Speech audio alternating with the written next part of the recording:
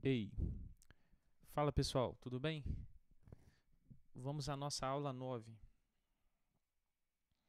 Na aula passada a gente trabalhou muito com forças e a segunda lei de Newton. Agora nós vamos continuar com as leis para fechar, que são três leis. E antes da gente entrar na primeira lei, nós precisamos de compreender o princípio da inércia. Esse princípio fala que todo o corpo tem a tendência em ficar no seu estado inicial. O que é o estado inicial? Por exemplo, se você analisar seu celular, ele está parado.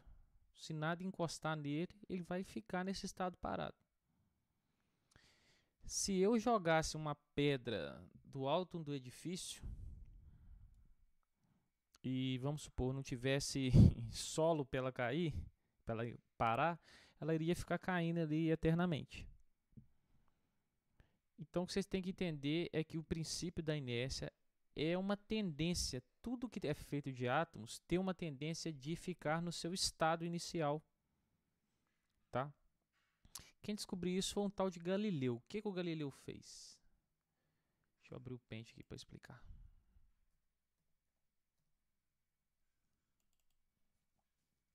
Galileu ele fez uma experiência na época dele lá muito doida. Vamos só ampliar aqui, ó, para explicar a inércia, né, da onde que ele chegou a essa conclusão.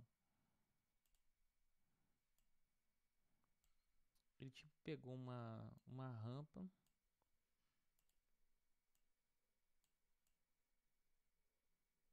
um negócio assim. E aqui ele colocou tipo uma bolinha. À medida que essa bolinha vai descendo, ela ia andando, andando, andando, andando, mas chegava um momento que ela parava, tipo aqui assim.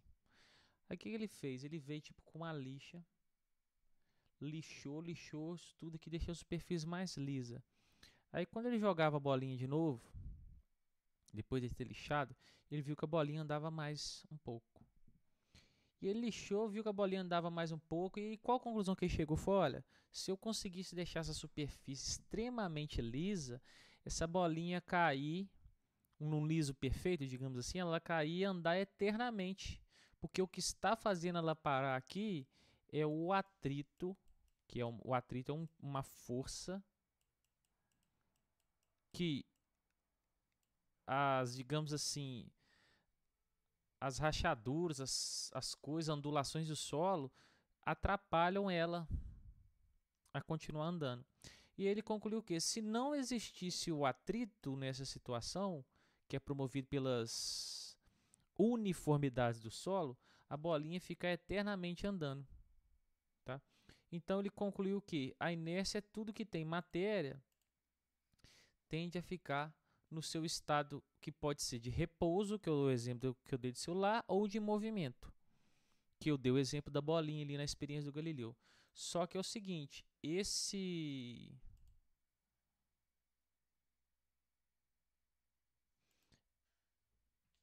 movimento tem que ser o que nós chamamos de movimento retilíneo uniforme, né? MRU, que é um movimento com velocidade fixa. Então isso é a lógica da inércia. Tá? Ah, mas por que no dia a dia se eu jogar uma bolinha pro alto ela sobe, sobe, sobe e uma hora ela para? Aí que a gente vai ver a primeira lei de Newton. Estado de um corpo. Antes da gente chegar na primeira lei, a gente precisa definir duas coisas. Os corpos podem apresentar estado de movimento ou repouso. Repouso nós chamamos de equilíbrio estático, que é o quê? O cara está com a velocidade zero, não anda nem mais, está paradinho. E o movimento é quando o corpo está em equilíbrio dinâmico, que significa o quê? Ele tem velocidade, mas é MRU. A velocidade dele é fixa. Tá? Então, galera, a inércia é o quê? A tendência que todo corpo tem em ficar no seu estado inicial. Vamos supor, se um corpo está em repouso, ele vai continuar em repouso se nada acontecer com ele. Se um corpo está em movimento com velocidade fixa, ele vai continuar em movimento com velocidade fixa, enquanto nada acontecer. Vou te dar um exemplo. Os foguetes, quando eles saem da Terra, quando eles entram lá no espaço onde não tem mais gravidade, eles desligam o motor. Você tem, vamos supor, a Terra aqui. Quando ele sai da área onde você tem um campo gravitacional, eles vão desligar o motor E nisso que eles desligam o motor, eles conseguem ir andando com velocidade fixa. Por quê? Não tem a gravidade para puxar ele, não tem nada, não tem atrito, tem nada. Então, devido à inércia, se ele entrou aqui no espaço com velocidade fixa e não tem nenhuma força nada atuando nele, ele vai continuar com força fixa até o destino dele. Força fixa, não, velocidade fixa até o destino dele. Ah, mas quando que não acontece isso? Aí que entra a primeira lei de Newton. Que é o seguinte, se a força resultante, a gente enfatiza muito a questão da força resultante, que atua no corpo, for diferente de zero, essa força altera um estado de equilíbrio do corpo. Vamos traduzir e falar de outra forma. Lei de Newton, primeira lei, lei da inércia. Um corpo, pessoal, devido à característica da inércia, ele vai ficar em repouso se ele estiver em repouso ou vai ficar em movimento uniforme se ele estiver em movimento uniforme. Porque ele tende a ficar assim.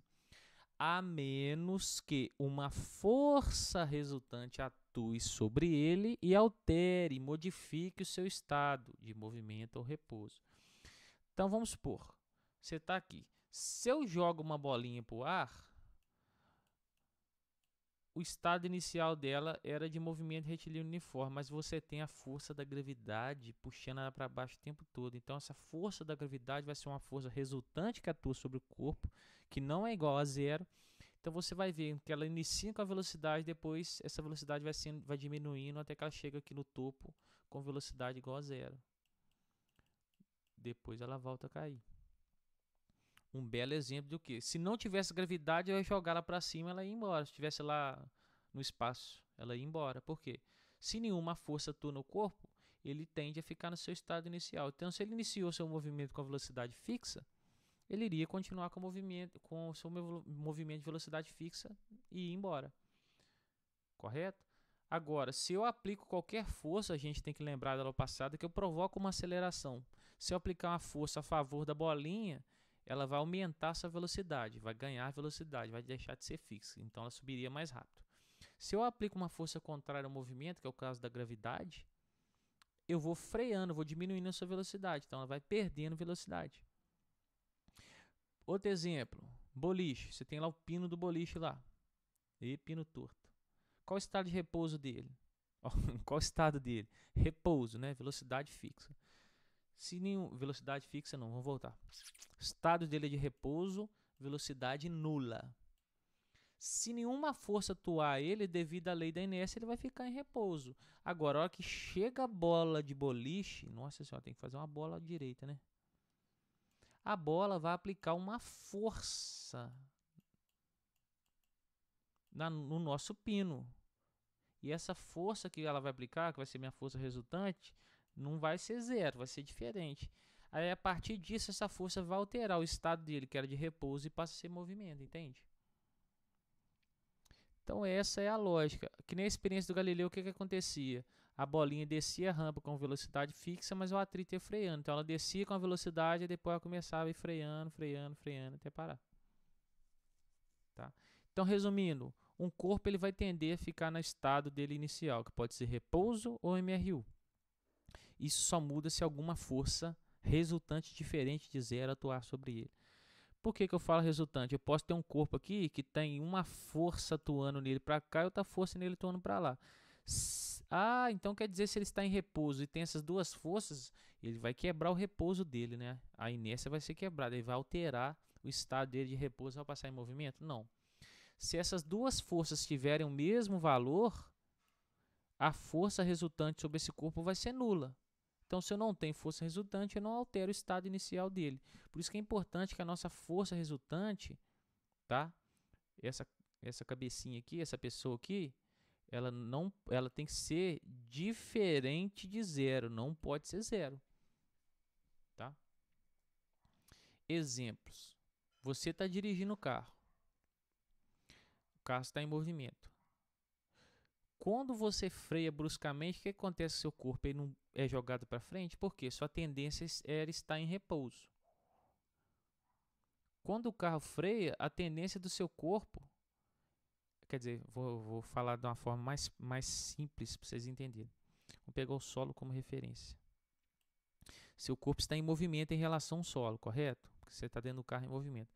Agora, quando o carro freia, se o seu estado inicial era movimento, a tendência do seu corpo é continuar em movimento. Por isso que seu corpo é projetado para frente. Aí que entra a importância do cinto de segurança, que o cinto de segurança é o seguinte, seu corpo está movimentando para cá e o cinto de segurança vai bloquear seu corpo fazendo uma força em sentido contrário.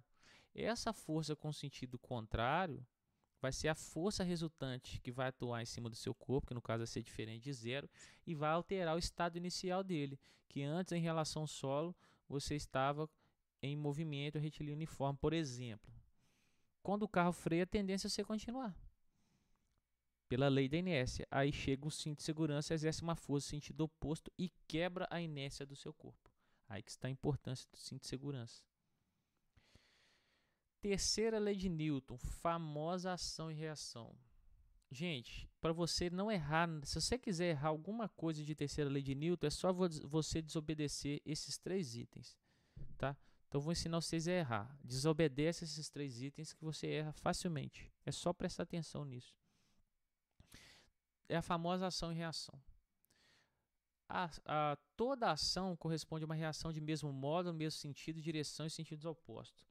Essa tal de ação e reação que a gente tanto fala são forças. E se são forças, são grandezas vetoriais. Se são grandezas vetoriais, tem direção, módulo, direção e sentido. Por isso que fala isso no título.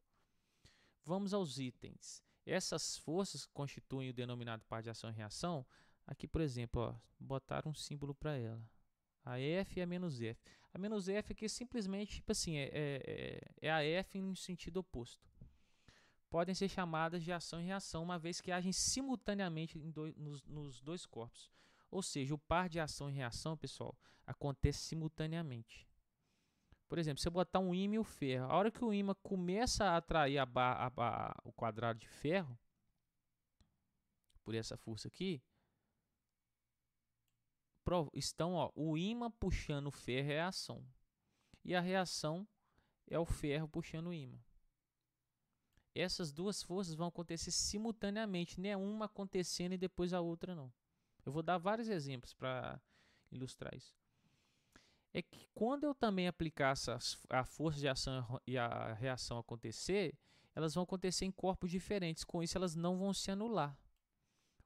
Você pensa assim, ó, se eu pegar um corpo, aplicar uma força de 10 N para cá, uma de 10 N para lá, vou falar que é ação e reação? Não.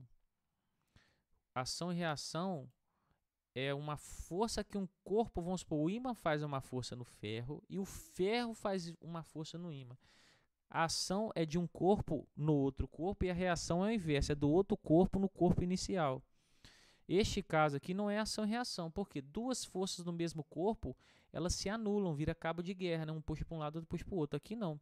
É igual se tiver você e uma pessoa andando de patins, na hora que vocês se chocarem, cada um faz uma força, uma ação e reação no outro, depois vocês voltam andando para trás, né? De costa, depois do choque. E por último, enfatizando que essas forças, ação e reação, sempre têm o mesmo valor. Se uma valer 10 newton, a outra vai valer 10 newtons. Alguns exemplos importantes. Por exemplo, o nadador. Quando o cara está nadando, ele faz uma força empurrando a água para trás. E a água faz uma reação empurrando o corpo dele para frente. E devido a essa lei, ele consegue se movimentar na água.